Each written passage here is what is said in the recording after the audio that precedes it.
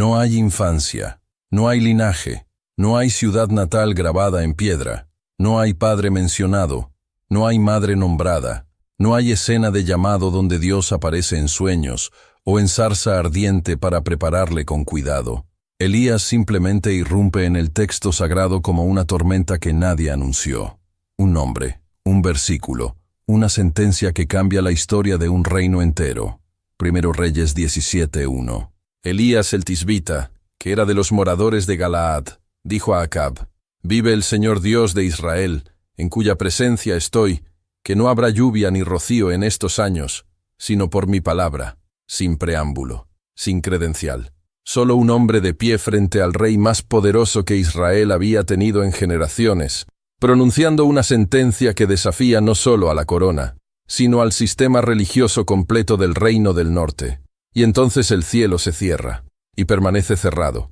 Lo que sigue es una de las narrativas más densas, más cargadas, más humanas de todo el Antiguo Testamento. Un profeta que llama fuego del cielo, y luego suplica que Dios le quite la vida.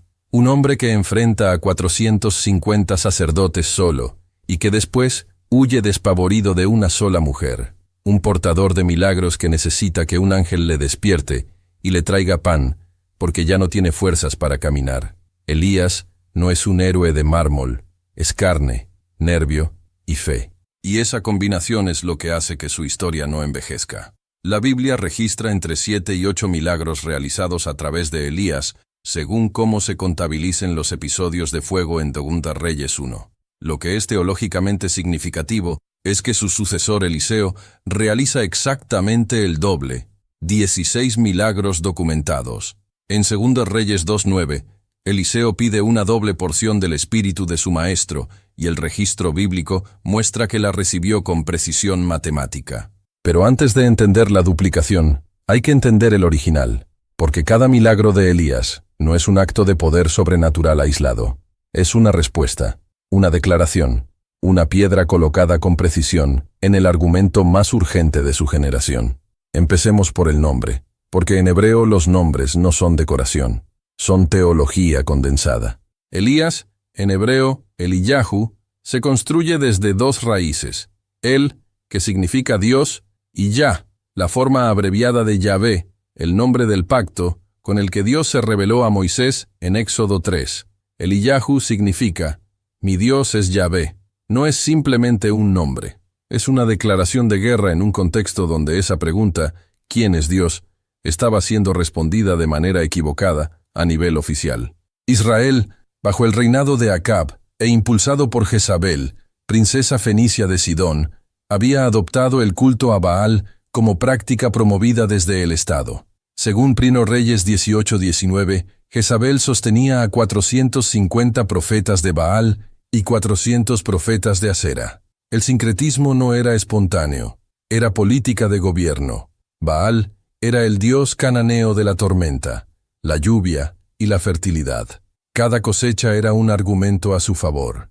Y su culto había penetrado tan profundamente que los altares de Yahvé estaban destruidos y los profetas del Señor eran perseguidos. 1 Reyes 18:4 menciona que Abdías había escondido a 100 profetas en cuevas para salvarlos de Jezabel. En ese contexto, Elías aparece, y cada uno de sus milagros es una respuesta directa. No son prodigios al azar, son argumentos divinos presentados con precisión quirúrgica. Recorrámoslos uno por uno. El primer milagro, la sequía. Este es el milagro más subestimado de toda la carrera de Elías, y también el más audaz en términos teológicos. Cuando Elías declara en 1 Reyes 17:1 que no habrá lluvia ni rocío sino por su palabra, no está simplemente haciendo una predicción meteorológica. Está invadiendo el territorio de Baal con una declaración de incompetencia del falso Dios. El error frecuente al presentar este milagro es reducirlo a un castigo para Israel por su idolatría, lo cual es parcialmente verdad pero enormemente incompleto. La sequía fue también una prueba pública e imposible de ignorar sobre la realidad o la ficción del poder de Baal. Si Baal era el dios de la lluvia, ¿por qué no llovía? Si sus 450 profetas tenían acceso real al poder sobrenatural, ¿por qué los campos se resecaban? Dios no eligió un desastre genérico. Eligió precisamente la lluvia, el dominio que Baal supuestamente controlaba, y la bloqueó durante 3 años y medio. Lucas 4:25 y Santiago 5:17 coinciden en ese período exacto. 3 años y medio de silencio en el cielo. 3 años y medio de rituales inútiles y oraciones sin respuesta.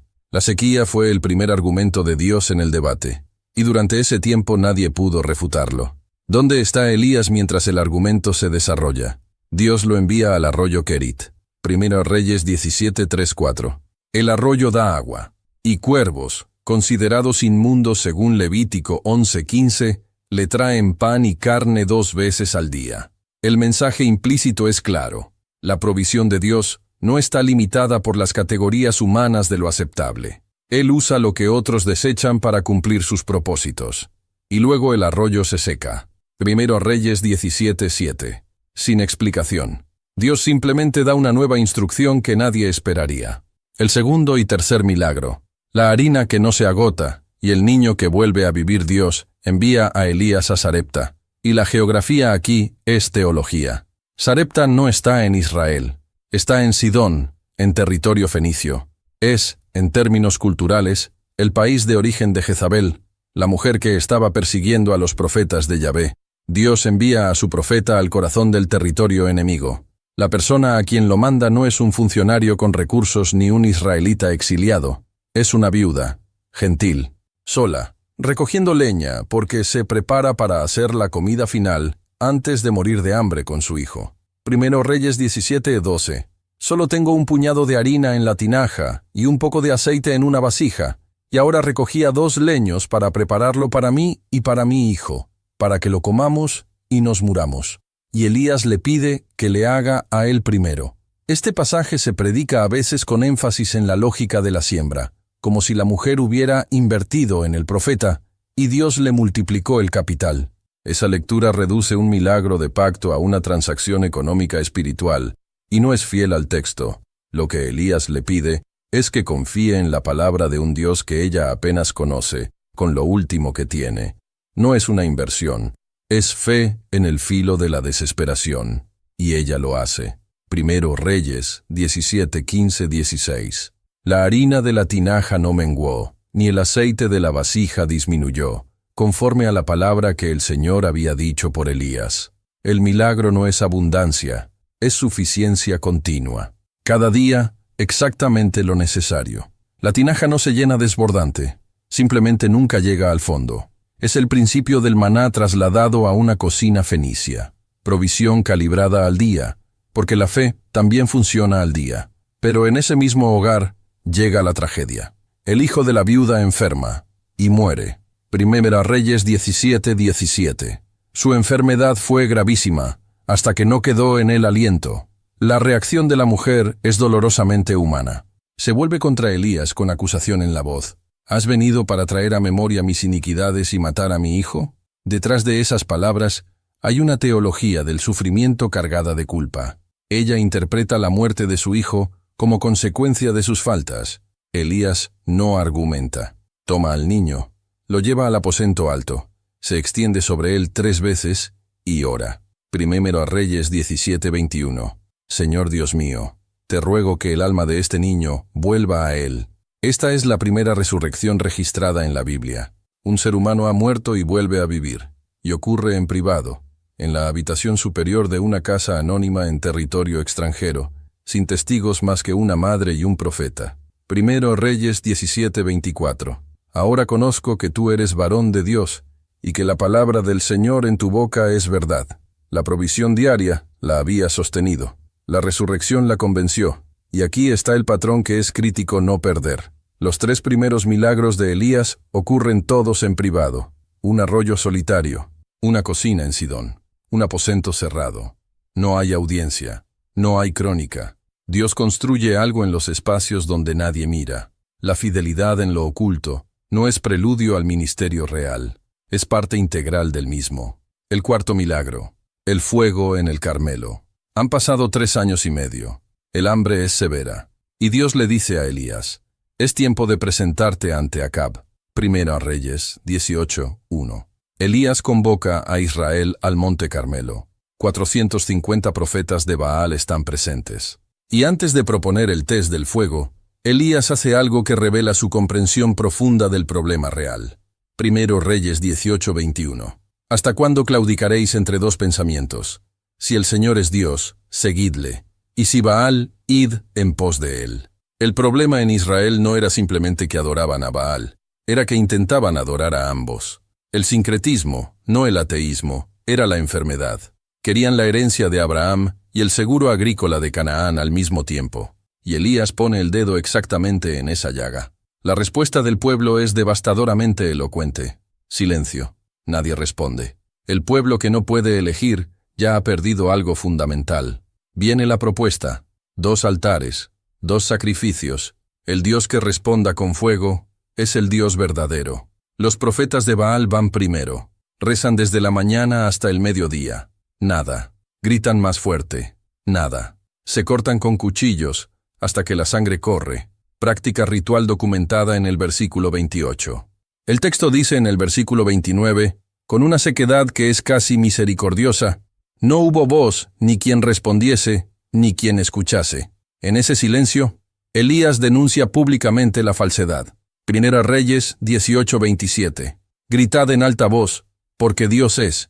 Quizá está meditando, o está ocupado, o va de camino. Tal vez duerme, y hay que despertarle. No es crueldad gratuita. Es el argumento llevado a su conclusión lógica. Si Baal existe como afirman sus profetas, debe haber una razón para su silencio. Y cualquier razón que se ofrezca confirma que no es omnisciente ni omnipotente. Luego toma el turno. Y aquí está el detalle que más debería impactar. Antes de orar, Elías reconstruye el altar de Yahvé que estaba destruido. Primera Reyes 18:30.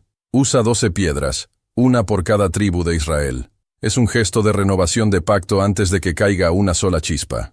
La restauración del altar precede al fuego. Después manda empapar el sacrificio con agua. 4 cántaros. 3 veces. El agua llena también la zanja. Esto no es teatro. Es la eliminación de cualquier coartada alternativa. Cuando el fuego caiga, nadie podrá decir que fue accidente. Y entonces ora. Una sola vez. Sin gritos. Sin cortes. Solo palabras. Primera Reyes 18:36-37. Señor Dios de Abraham, de Isaac y de Israel, sea hoy manifiesto que tú eres Dios en Israel, y que yo soy tu siervo, y que por mandato tuyo he hecho todas estas cosas. Respóndeme, para que conozca este pueblo que tú eres el Dios, y que tú vuelves a ti el corazón de ellos. La petición no es, demuestra que soy poderoso, es, que este pueblo te conozca. La motivación del milagro pedido es la restauración del conocimiento de Dios, y el fuego cae. Primera Reyes 18:38. Entonces cayó fuego del Señor, y consumió el holocausto, la leña, las piedras y el polvo, y también lamió el agua que estaba en la zanja. No solo el sacrificio, las piedras, el polvo, el agua. El fuego de Dios no tiene umbral de dificultad que lo detenga. La respuesta del pueblo en el versículo 39 cierra el argumento sin refutación posible. El Señor es el Dios. El Señor es el Dios. En hebreo, Yahvé Hu Ha Elohim. La declaración que era el nombre del profeta se convierte en la confesión de una nación. Eliyahu, mi Dios es Yahvé. El quinto milagro, la lluvia.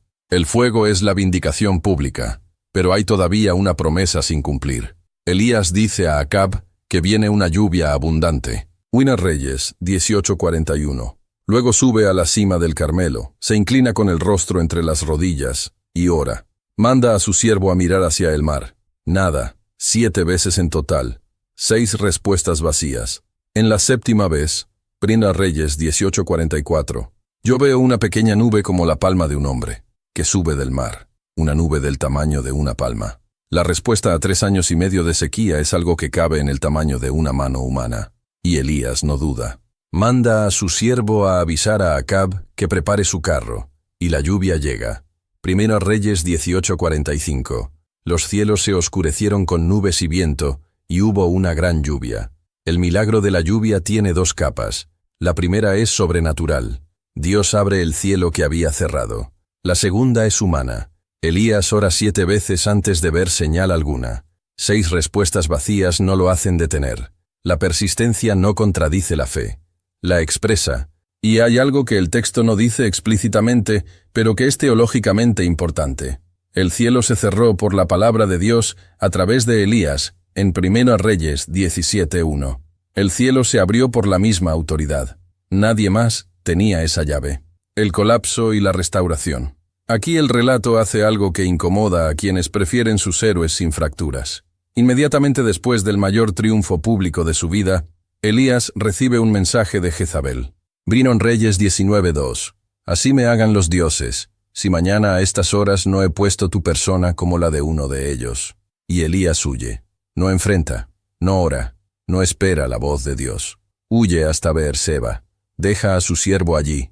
Camina un día más hacia el desierto. Se sienta bajo un enebro y pide morir. 1 Reyes 19:4.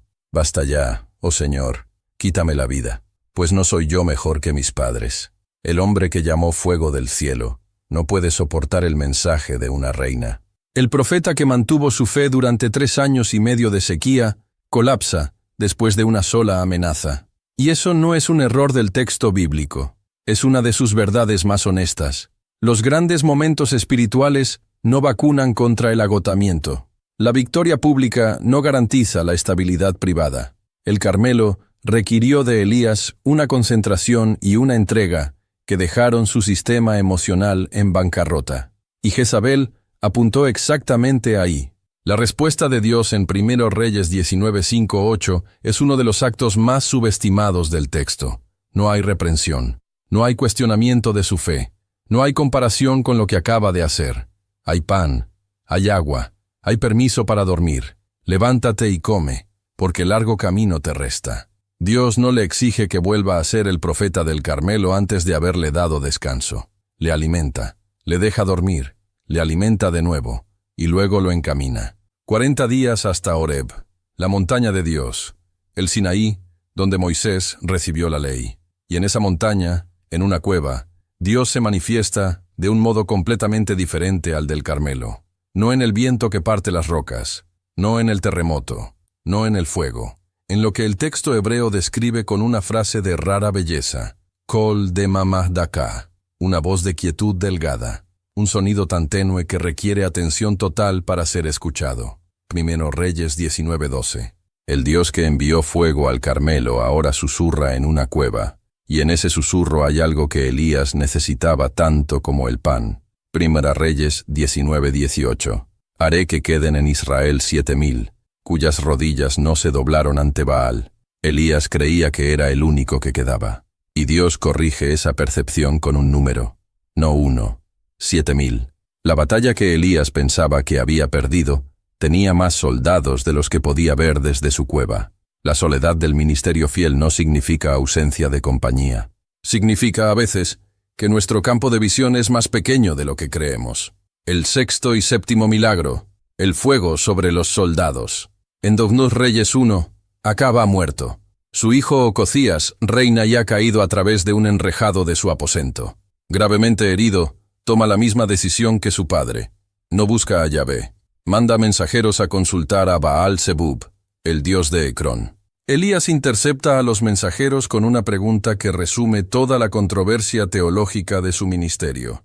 ¿Es porque no hay Dios en Israel que vais a consultar a Baal-Zebub? 2 Reyes 1:3. Ocosías, enfurecido, envía a un capitán con 50 soldados a arrestar a Elías. El capitán lo encuentra en la cumbre de un monte y dice, «Varón de Dios, el rey dice que desciendas». El título, varón de Dios, en boca del capitán no es reverencia. Es una fórmula de autoridad que pretende encuadrar a Elías dentro del sistema de obediencia al rey. 2 Reyes 1:10. Elías respondió al capitán de 50, «Si yo soy varón de Dios, descienda fuego del cielo y consúmate a ti y a tus 50». Y descendió fuego del cielo, que lo consumió a él y a sus 50. Un segundo capitán, con 50 soldados más, recibe exactamente la misma respuesta y el mismo resultado. 2 Reyes 1:12. Un tercer capitán viene. Y aquí el texto hace una distinción de peso moral enorme. Este no repite la fórmula de demanda. Se arrodilla. 2 Reyes 1:13. El tercer capitán se arrodilló delante de Elías y le rogó, «Varón de Dios, Te ruego que sea de valor delante de tus ojos mi vida, y la vida de estos tus 50 siervos. Mismo profeta, mismo monte, mismo fuego disponible. Resultado completamente diferente. El ángel de Dios le dice a Elías: desciende con él, no temas. La diferencia entre los 3 episodios no está en la disposición de Dios a destruir o perdonar. Está en la postura del hombre que se acerca. Los 2 primeros trataron al profeta como un funcionario al que se ordena. El tercero lo trató como una autoridad legítima ante quien se humilla. La postura con que nos acercamos a lo santo no es irrelevante, no es protocolo, es determinante. El 8º milagro. El Jordán se divide 2 Reyes 2. El último día de Elías en la tierra. Él y Eliseo caminan desde Gilgal. Elías intenta 3 veces que Eliseo se quede atrás. Las 3 veces Eliseo rechaza con la misma fórmula de juramento: vive el Señor y vive tu alma, que no te dejaré. Segunda Reyes 2, 2, 4, 6. Llegados al Jordán con 50 hijos de los profetas observando desde la distancia, Elías toma su manto, lo enrolla y golpea las aguas. 2 Reyes 2, 8. Elías tomó su manto, lo dobló y golpeó las aguas, las cuales se dividieron a uno y otro lado, y pasaron ambos por lo seco. La resonancia es imposible de ignorar. El Jordán había sido dividido antes en Josué 3:4, cuando Israel entró en la tierra prometida. Y antes, el Mar Rojo se había dividido bajo Moisés en Éxodo 14. El mismo Dios, el mismo poder de apertura de aguas, a través de un manto en manos de un profeta. La historia bíblica tiene una memoria que cita sus propios milagros. Cuando el Jordán se divide para Elías, Dios habla con el lenguaje de los hechos. El mismo que trajo a Israel a esta tierra está aquí ahora. Al otro lado, Elías pregunta a Eliseo qué quiere que haga por él. La respuesta no es una petición de poder ni de fama. Es una petición de herencia. 2 Reyes 2:9. Te ruego que una doble porción de tu espíritu sea sobre mí. En la cultura de Israel, la doble porción era la herencia del hijo primogénito. Deuteronomio 21:17. Eliseo no pide el doble del poder de Elías, como magnitud abstracta. Pide ser reconocido como el heredero legítimo del ministerio. Y entonces, Elías es llevado. 2 Reyes 2:11. He aquí un carro de fuego con caballos de fuego, apartó a los 2, y Elías subió al cielo en un torbellino. No muere, es llevado. En toda la Biblia, solo 2 personas salen de la tierra sin pasar por la muerte. Enoc, en Génesis 5:24, y Elías, aquí. Y en ese final hay un detalle que cierra el arco de la historia de una manera que solo el texto puede hacer. Elías, en 1 Reyes 19:4, había orado: basta ya, Señor, quítame la vida. Quería morir. Estaba agotado, vaciado, solo. Dios no le concedió esa petición. No en ese momento, no de esa manera. Al final del relato, el hombre que pidió que le quitaran la vida es el hombre al que nunca se le quitó. En lugar de la muerte que suplicó, recibió la única salida de la tierra que no pasa por la muerte en absoluto. La negativa de Dios a aquella oración bajo el enebro no fue abandono. Fue la protección de un destino que Elías no podía ver desde su cueva de agotamiento. Todos los milagros en perspectiva. Cuando se leen en secuencia, los milagros de Elías no son simplemente una lista de prodigios. Son un argumento que se desarrolla con lógica interna precisa. La sequía dijo: Baal no controla la lluvia. Yahvé sí. La harina y el aceite dijeron: Yahvé provee donde no hay nada. Ni siquiera la geografía del enemigo lo detiene. La resurrección del hijo de la viuda dijo: Yahvé da vida donde la muerte ya entró. En privado, sin audiencia, para una mujer que no era de Israel. El fuego en el Carmelo dijo: Cuando se pone a prueba a Yahvé frente a Baal en igualdad de condiciones, solo uno responde. La lluvia dijo: El cielo que Yahvé cerró, Yahvé lo abre. Nadie más tenía esa llave. El fuego sobre los soldados dijo: La postura con que uno se acerca a lo santo cambia el resultado. La humildad no es protocolo, es determinante. La división del Jordán dijo: El mismo Dios que abrió el camino para que Israel entrara en la tierra, ahora abre el camino para que su profeta salga de ella. Y todos juntos dicen lo que el nombre del profeta ya decía antes del primer milagro: Eliyahu. Mi Dios es Yahvé. No era solo su nombre, era su tesis. y 7 u 8 milagros, según como se cuenten los fuegos de 2 Reyes 1, fueron la demostración de esa tesis en circunstancias que no podían haber sido elegidas con más precisión. La promesa que apunta más allá. El libro de Malaquías, el último profeta del Antiguo Testamento, cierra con una promesa específica. Malaquías 4:5. He aquí, yo os envío el profeta Elías, antes que venga el día del Señor, grande y terrible.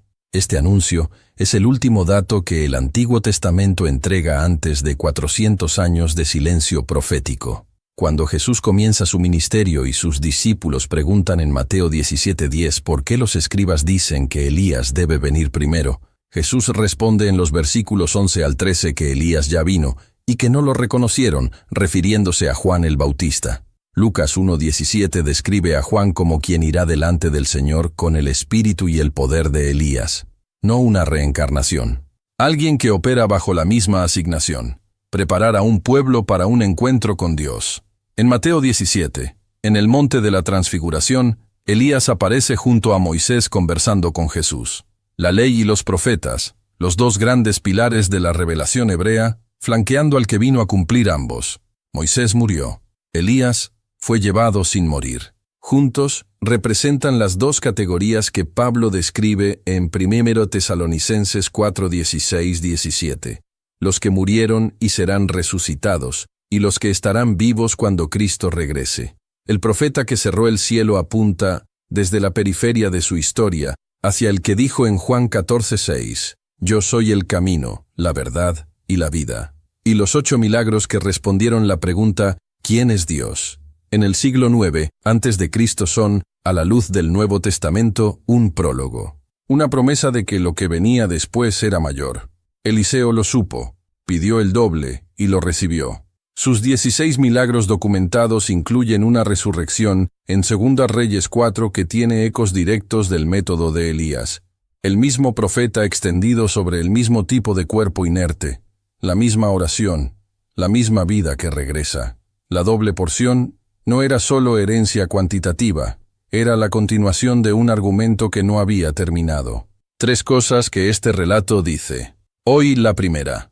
El lugar donde comienza la fidelidad no determina su importancia.